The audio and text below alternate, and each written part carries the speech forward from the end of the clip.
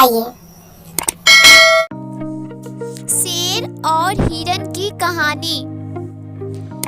एक दिन एक हिरन अपने जंगल में टहलते टहलते किसी दूसरे जंगल में जा पहुंचा।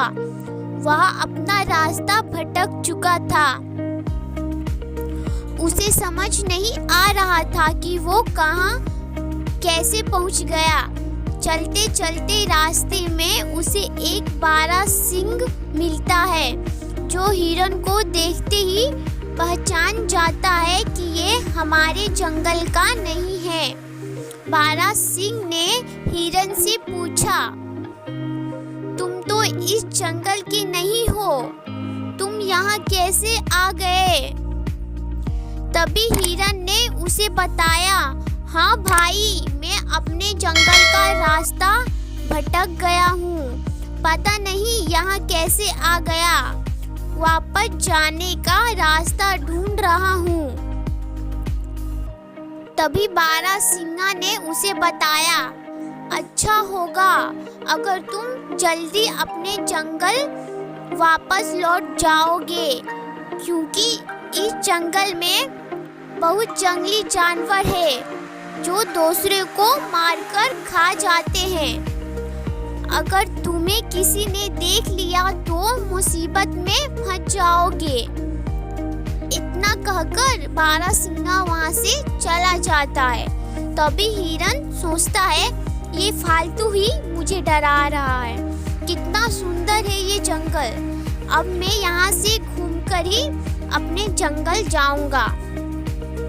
चलते चलते अचानक उसका पैर एक सोए हुए शेर पर पड़ा।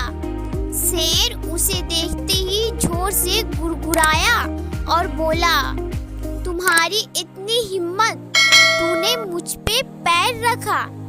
हिरन बेचारा डर के मारे अपनी जान बचाकर तेजी से भागने लगा। तभी शेर भी उसका पीछा करने लगता है। भागते भागते हिरन अपने जंगल के रास्ते पर जाने लगता है, लेकिन फिर भी हिरन खुद को उसे शेर से बचा नहीं पाता और शेर उसे मारकर खा जाता है। अब शेर को नए जंगल का रास्ता मालूम हो चुका था। शेर ने आगे जाकर देखा तो वहाँ बहुत सारे हिरन थे। शेर का मन लालच में आ गया। एक एक करके उसने हिरन को खाना शुरू कर दिया। इससे जंगल के सारे हिरन अब असुरक्षित और डर हुए थे।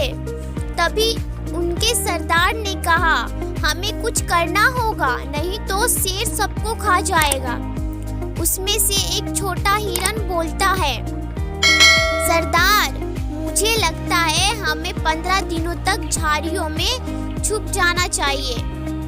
हम सब 21 दिनों तक भूखे रह सकते हैं, लेकिन मैंने सुना है शेर केवल 15 दिनों तक ही भूखा रह सकता है। अगर हम छुप जाएंगे, ये हमें ना पकड़ पाएगा और नहीं देख पाएगा। सभी ने उस बच्चे की बात मानकर 15 दिनों तक झाड़ियों में छुपे रहते हैं। जब शेर को कोई भी हिरन नहीं मिलता है, वह अपने जंगल वापस लौट जाता है। सारे हिरन उस छोटे से हिरन की तारीफ करते हुए बोलते हैं, क्या बात है, तुम्हारा सुझाव बहुत अच्छा था, तुमने तो हम सबकी जान बचा ली। हमें इस कहानी से यह सीख मिलती है कि समझदार कोई भी हो सकता है, चाहे वो छोटा हो या बड़ा।